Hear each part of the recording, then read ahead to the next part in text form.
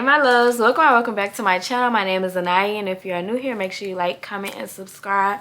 Y'all already know the drill. Returning craft besties, pink hearts. New craft besties, yellow hearts. Y'all, today we're gonna be doing a rant part 2. Y'all liked my last rant, and I like doing these too. Like, I don't really like to sit down videos, but I do like to yap.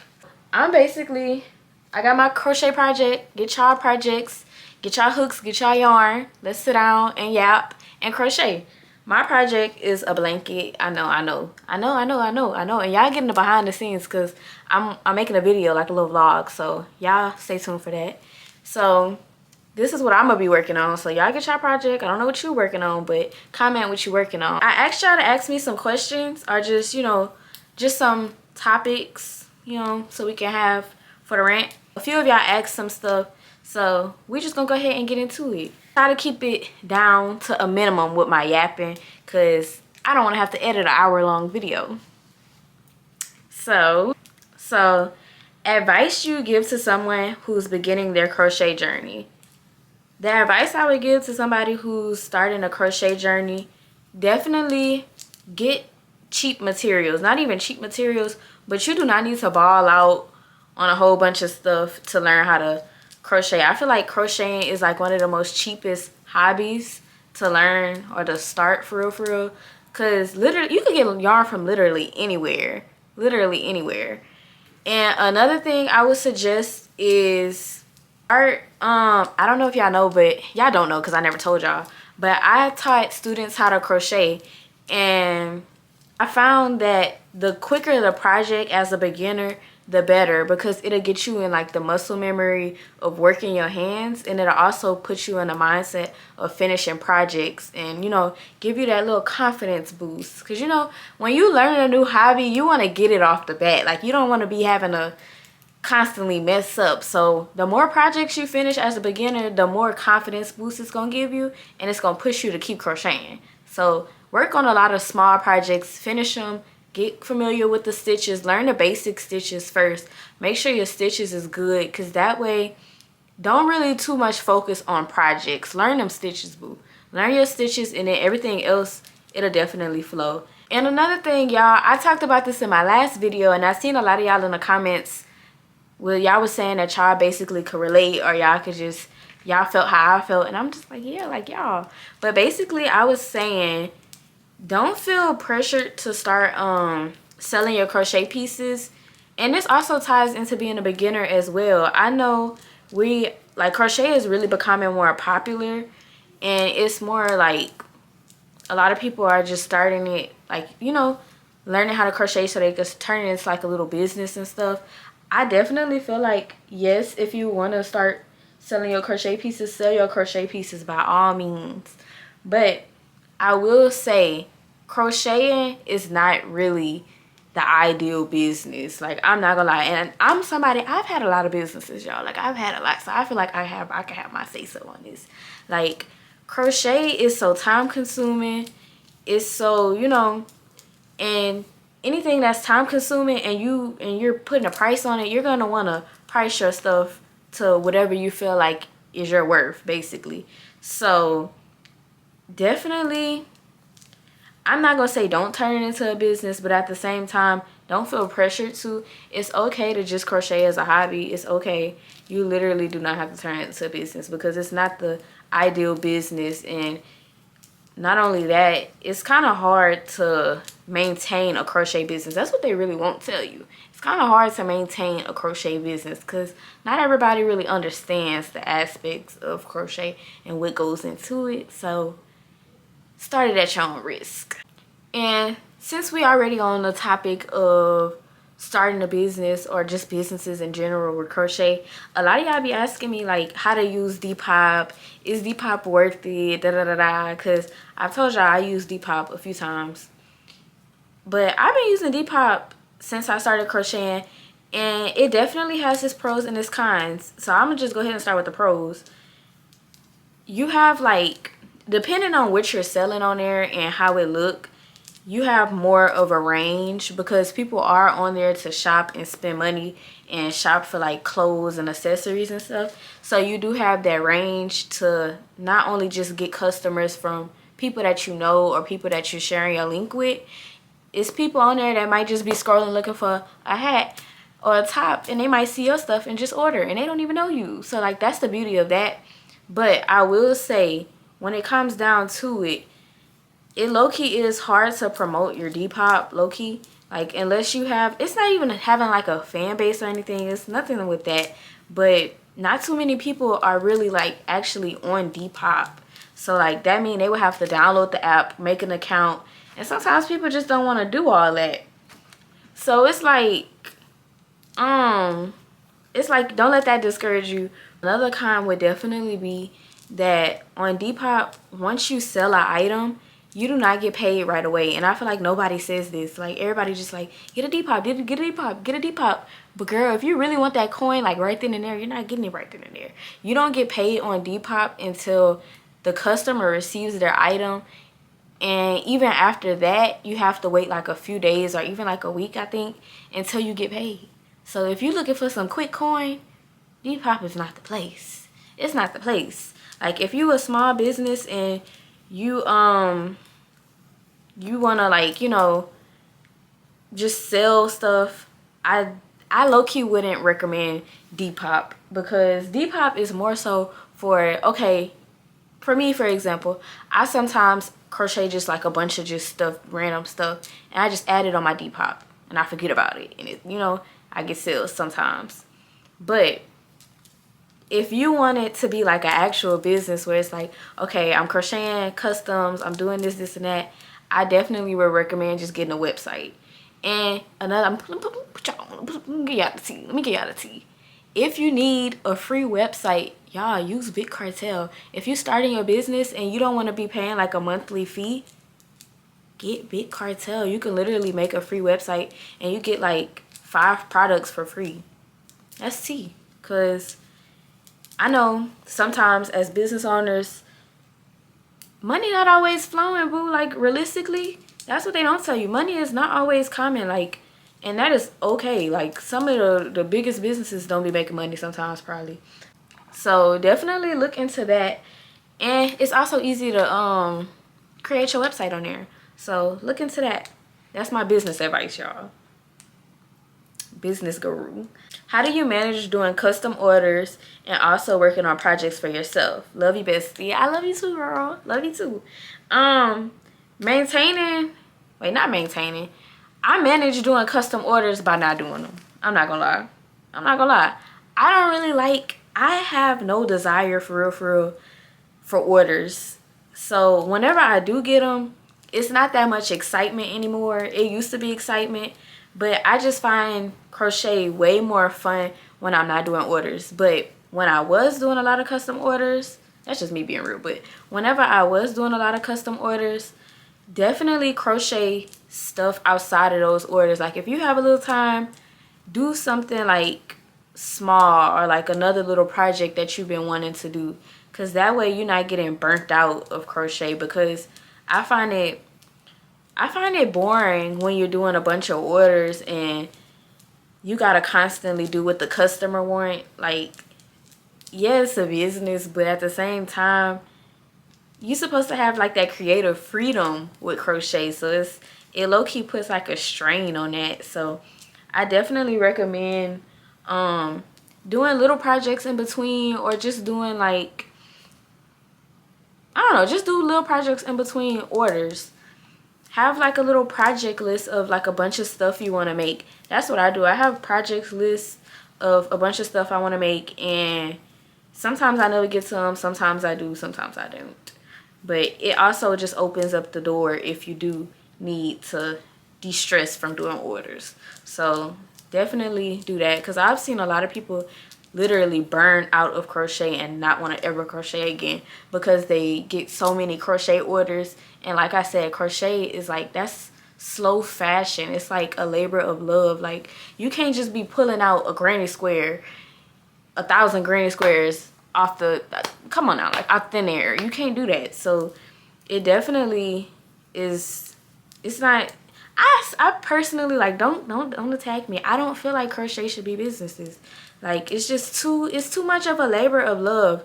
I don't know, it just depends on how you look at it. But coming from somebody who's experienced crocheting for fun and crocheting for business aspects, I don't feel like it's really like the perfect business to have unless you really just love putting it out there. But like, I don't know, what's y'all thoughts on that? Like, let's talk about it.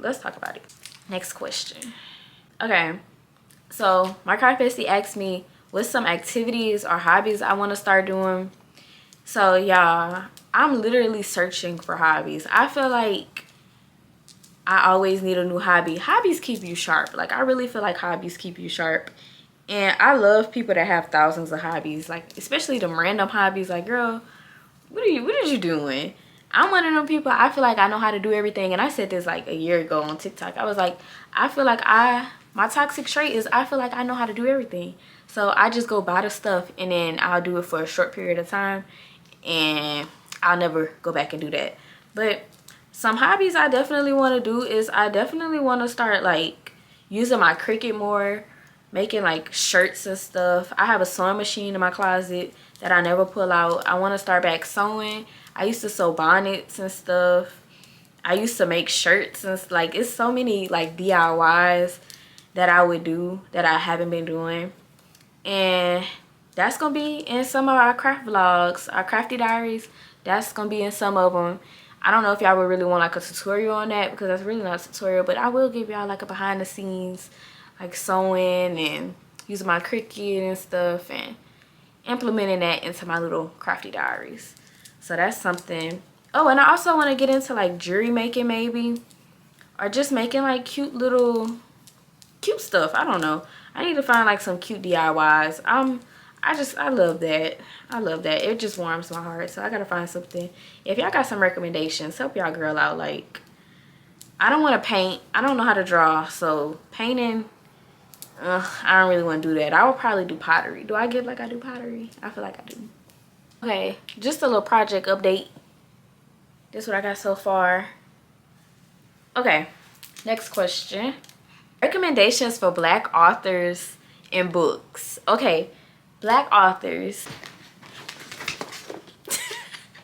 ADHD props. Alright, y'all asked for some book recommendations. So it's supposed to be a crochet video, but I can put y'all on a few books right quick. So when it comes down to thriller, I only read Black authors because I feel like I can relate to them more and they don't get as much publicity as they should. So I only read Black authors.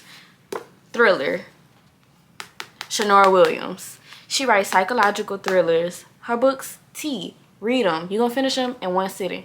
Probably not one sitting, but I finished this book in like 2 days. T. Romance. The good old Kennedy Ryan or Tia Williams. Romance.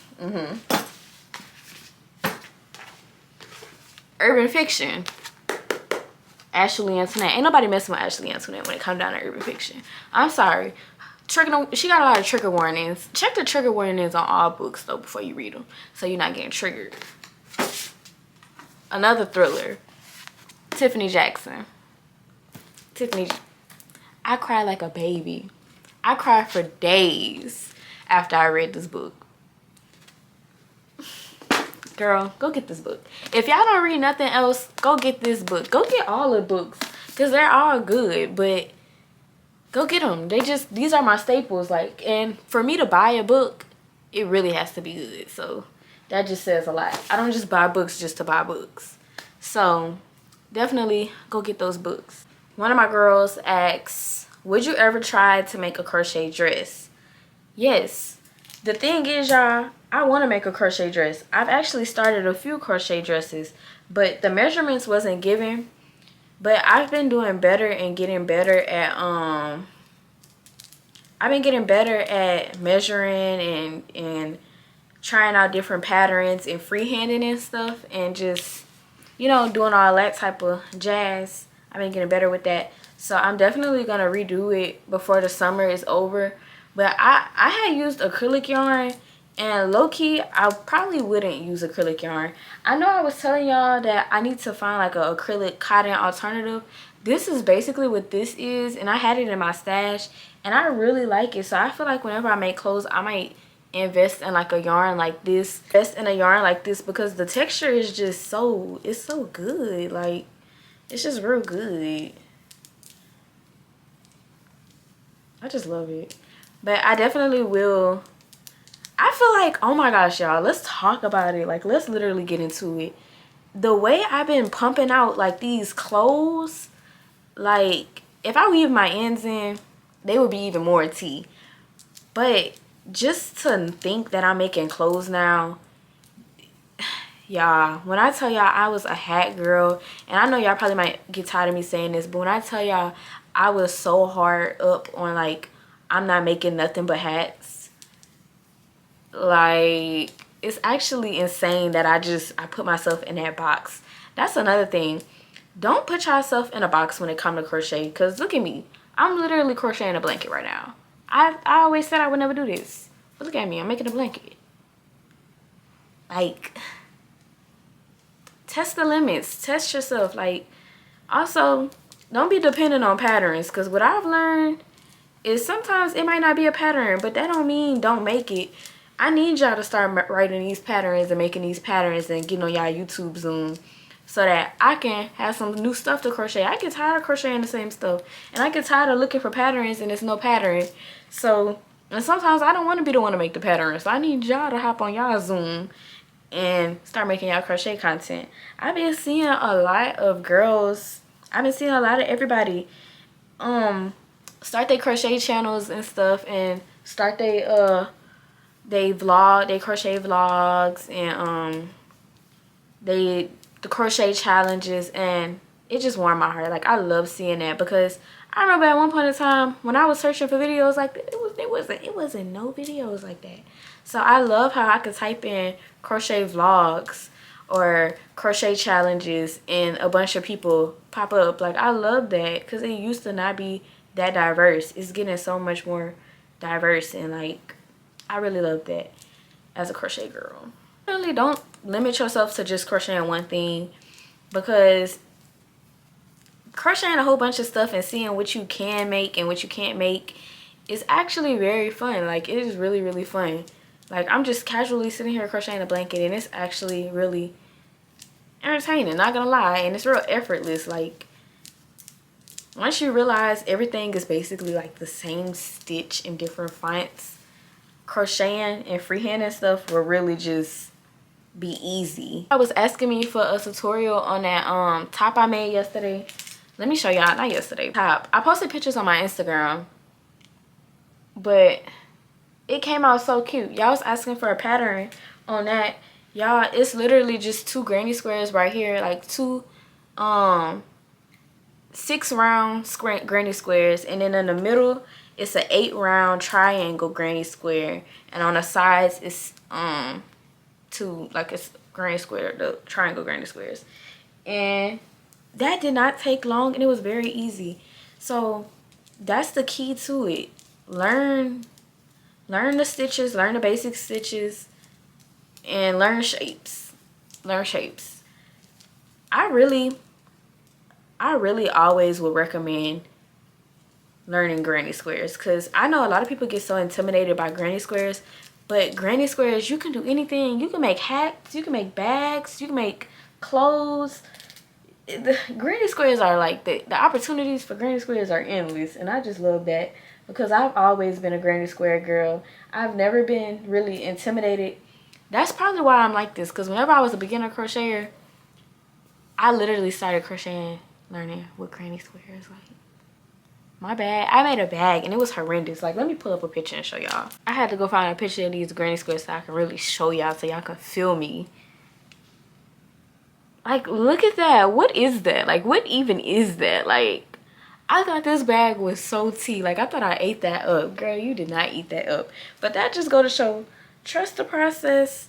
Keep messing up, because the more you mess up, the more you gonna retry, and the more you keep retrying, the better you're gonna get at crocheting. That's my only advice, honestly. Like, keep messing up, because the more you mess up, the more you're gonna be like, the more you work on it and start to fix what you messing up on, you can be like, dang, that low key was ugly, But look at me now. Look at the stuff I'm making now.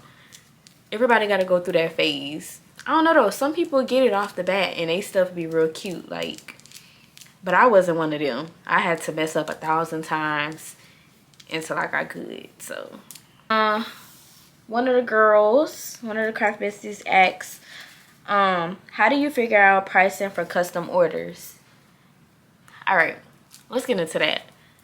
When it comes down to custom orders, I've seen people charge bags.